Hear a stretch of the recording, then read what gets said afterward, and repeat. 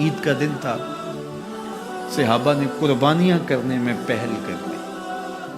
ابھی حضور کی قربانیاں کھڑی ہیں۔ عید کے دن شوق ہوتا نا ہر بندے کو، سب سے پہلے میں جانور ذبح کروں، تو انہوں نے قربانیاں کرنے میں پہل کر لی۔ یا یہ کہ یوم شک کا روزہ رکھا، شعبان المعظم کے 29 دن گزارنے کے بعد چاند دیکھا جائے، اگر چاند نظر آ گیا تو اچھی بات، نہیں تو 30 دن شعبان کے پورے کر کے رمضان کا آغاز کیا جائے۔ چاند دیکھا گیا، مطلب آلود تھا، چاند نظر نہیں آیا، تو 30 دن پورے کرنے تھے اور پھر روزہ رکھنا تھا، تو بعض صحابہ نے روزہ رکھ لیا اس خیال سے کہ مطلع ابر آلود ہے، ہو سکتا ہے چاند طلوع ہوا ہو لیکن نظر نہیں آیا، چلو ہم رکھ لیتے ہیں، اور اگر چاند واقعی نظر آیا ہے تو پھر روزہ ہو جائے گا، نہیں تو نفلی روزہ تو ہوگا۔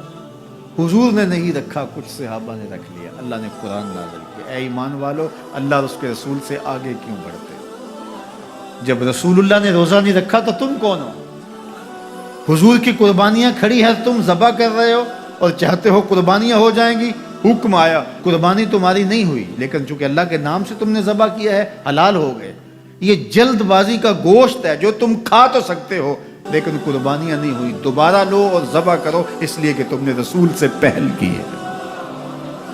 یہ تمہارے روزے نہیں ہوئے، اس لیے کہ تم نے رسول سے تقدم اختیار کیا۔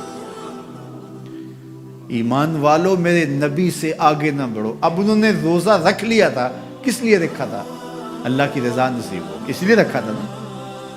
جلدی جلدی جانور ذبح کر لیے تھے اس لیے کہ اللہ راضی ہو جائے، حالانکہ ان کے حاشیہ خیال میں بھی نہیں تھا کہ ہم حضور سے کوئی پہل کرنے کی کوشش کر رہے ہیں۔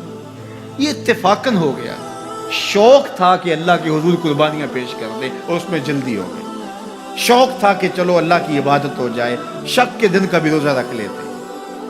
حضور سے کوئی نہ مقابلہ تھا نہ حضور سے جلدی کا ذہن تھا، لیکن اللہ نے کہا اگرچہ اتفاقاً ہوا ہے لیکن ہوا تو حضور سے پہلے ہے، لہٰذا میں اس کو گوارا نہیں کرتا۔ یہ تمہاری عبادت ہی نہیں ہے، تمہارا گوشت جلد بازی کا گوشت ہے، کھا سکتے ہو لیکن قربانی تمہیں دوبارہ کرنا ہوگی، اس لیے کہ تم نے میرے رسول سے پہل کی۔ یہ ہے رسول اللہ کا ادب، یہ ہے رسول اللہ کی تعظیم۔ حدیبیہ کے مقام پر جب صحابہ نے پڑاؤ کیا، عثمان غنی رضی اللہ تعالیٰ عنہ سے فرمایا جاؤ تم جا کے اپنے رشتہ داروں سے کہو ہم لڑائی کے لیے نہیں آئے، ہم تو عمرے کے لیے آئے ہیں۔ تو حضرت عثمان غنی گئے تو انہوں نے کہا کہ عثمان ہم عمرہ انہیں نہیں کرنے دیں گے، لیکن اللہ کا گھر سامنے ہے، چلو تم آئے ہو تو طواف کر لو۔ حضرت عثمان غنی نے کہا عجیب لوگ، حضور نہ کرے اور میں کر لوں۔ اللہ اکبر۔ اچھا صحابہ کے ذہن میں بھی یہ بات ہے، ان کو طواف کا وہاں موقع مل گیا، بچھڑے ہوئے تھے، کتنا عرصہ ہو گیا تھا مکے کو چھوڑ کے آئے۔ جب حضرت عثمان غنی واپس آئے تو کہا کہ عثمان تم بڑے خوش قسمت ہو کہ تم نے طواف کر لیا ہوگا، تمہاری غلط فہمی ہے، میری خوش قسمتی یہ نہیں کہ میں نے طواف کیا، یہ کیسے ہو سکتا ہے؟ حضرت عثمان نے کہا میں 1 سال بھی وہاں رکتا تو طواف نہ کرتا اگر میرے رسول نے نہیں کیا۔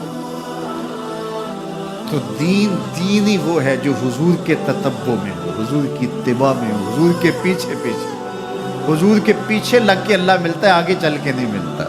یہ صحابہ مزاج سمجھتے تھے، لا تقدموا بین یدی اللہ و رسولہ، اللہ اکبر۔ اس لیے خدا تک پہنچنے کا راستہ ہی یہی ہے، بخدا خدا کا یہی ہے در، نہیں اور کوئی مفر مکر، جو وہاں ہو یہیں آ کے ہو، جو یہاں نہیں وہ وہاں نہیں۔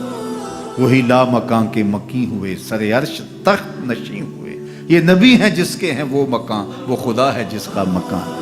تو خدا تک پہنچنے کا یہی راستہ ہے۔